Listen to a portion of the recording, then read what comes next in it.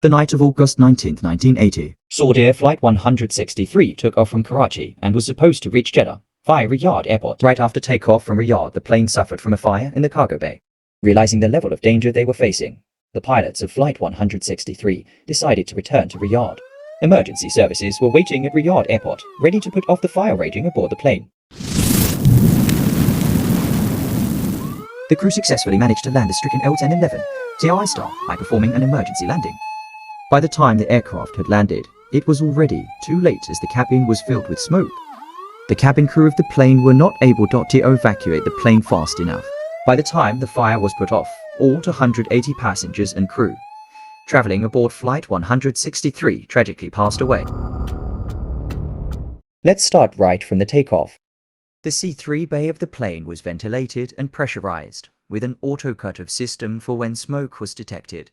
But the C3 bay was bigger than what was allowed, which meant that a fire could last long enough to penetrate the fireproof Nomex liner in the bay. This is the C3 cargo bay of the L-1011 TriStar, and this is where the fire erupted from.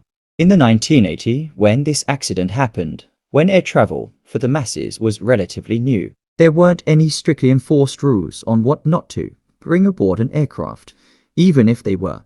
Most people didn't know that. When investigation was conducted on an accident by Saudi Arabia's Gaca, the wreckage of the plane revealed horrifying truths. Hydraulic damage due to the fire. 2 portable stoves were found in the cargo bay of the aircraft, but there were no visible signs of damage or leak in them. All we know for sure is that fire started in the aft C3 cargo bay of the aircraft. Not only that, both the pilots and the flight engineer were not qualified enough to fly the plane. The CU pilot had a record of fails in flight school and was made to leave the school. This accident raised concerns about pilot recruitment and proper training for the crew. In the end, after the event, the airline revised its training and emergency procedures. Lockheed also removed the insulation from above the rear cargo area and added glass laminate structural reinforcement. The U.S. National Transportation Safety Board recommended that aircraft use halomethane extinguishers instead of traditional handheld fire extinguishers.